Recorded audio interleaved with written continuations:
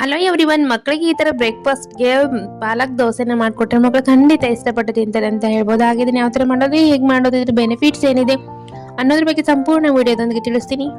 ಅದಕ್ಕೂ ಮುಂಚೆ ನನ್ನ ಚಾನಲ್ ಯಾರು ಸಬ್ಸ್ಕ್ರೈಬ್ ಮಾಡಿಲ್ಲ ಹೋಗಿ ಬೇಗ ಸಬ್ಸ್ಕ್ರೈಬ್ ಮಾಡಿ. ಹಾಗೆ ಮಕ್ಕಳಿಗೆ ಬೇಕಂತ ರೆಸಿಪೀಸ್, ಹೋಮ್ ರೆಮಿಡೀಸ್ ನನ್ನ ಚಾನಲ್ ಇದೆ, ಹೋಗಿ ಒಂದ್ಸಲ ಚೆಕ್ ಮಾಡಿ ಅಂತ ಹೇಳ್ತಾ ಮಕ್ಕಳಿಗೆ ಈ ವಿಡಿಯೋ ಶೇರ್ ಮಾಡಿ, ಅವ್ರಿಗೆ ಸಹ ಹೆಲ್ಪ್ ಆಗುತ್ತೆ ಅಂತ ಹೇಳ್ಬೋದು. ಹಾಗೆ ನಾನು 2 ಸ್ಪೂನ್ ರೈಸ್, 2 ಸ್ಪೂನ್ ಹೆಸರು ಬೇಳೆನ ತಗೊಂಡು ಚೆನ್ನಾಗಿ ತೊಳೆದ್ಬಿಟ್ಟು ನಾನು ಓವರ್ ನೈಟ್ ಇದನ್ನ ನೆನೆಸಿಟ್ಕೊಳ್ತಾ ಇದ್ದೀನಿ. ಹಾಗೆ ನಾನು ಮಾರ್ನಿಂಗ್ ಇದನ್ನು ಇನ್ನೂ 2 ಸರಿ ತೊಳೆದ್ಬಿಟ್ಟು ನಾನು ಮಿಕ್ಸಿ ಜಾರ್ಗೆ ಹಾಕೊಳ್ತಾ ಇದ್ದೀನಿ.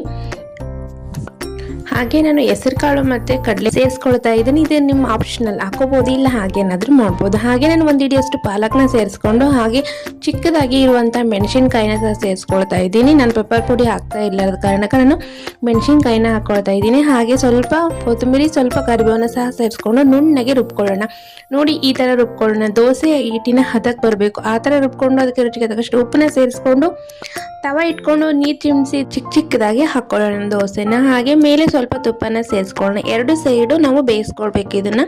ಹಾಗೆ ಇದರಿಂದ ಮಕ್ಕಳಿಗೆ ಬಹಳ ಬೆನಿಫಿಟ್ಸ್ ಇದೆ. ಇದರಿಂದ vitamin A, vitamin C, vitamin K, iron, calcium, magnesium ಮತ್ತು ಪೊಟ್ಯಾಷಿಯಂ ಇರೋದ್ರಿಂದ ಮಕ್ಕಳಿಗೆ ಓವರ್ ಆಲ್ ಬೆಳವಣಿಗೆಗೆ ತುಂಬಾನೇ ಹೆಲ್ಪ್ ಮಾಡುತ್ತೆ ಅಂತ ಹೇಳ್ಬೋದು. ಹಾಗೆ ಬೋನ್ಸ್ ಡೆವಲಪ್ಮೆಂಟ್ಗೆ ಸಹ ತುಂಬಾನೇ ಹೆಲ್ಪ್ ಮಾಡುತ್ತೆ. ಹಾಗೆ ನಾವು ಇದನ್ನ 2 ಸೈಡು ಬೇಯಿಸಿ ಹಾಗೆ ಮಕ್ಕಳಿಗೆ ಡೈಜೆಷನ್ ಸಹ ಈಸಿ ಆಗುತ್ತೆ ಅಂತ ಹೇಳ್ಬೋದು. ಹಾಗೆ ಇನ್ನಿತರ ರೆಸಿಪಿಗಾಗಿ, ಇನ್ನಿತರ ಹೋಮ್ ರೆಮಿಡೀಸ್ಗಾಗಿ ನನ್ನ ಚಾನಲ್ ಒಂದ್ಸಲ ವಿಸಿಟ್ ಮಾಡಿ ಅಂತ ಹೇಳಿ ಥ್ಯಾಂಕ್ ಯು ಫಾರ್ ವಾಚಿಂಗ್.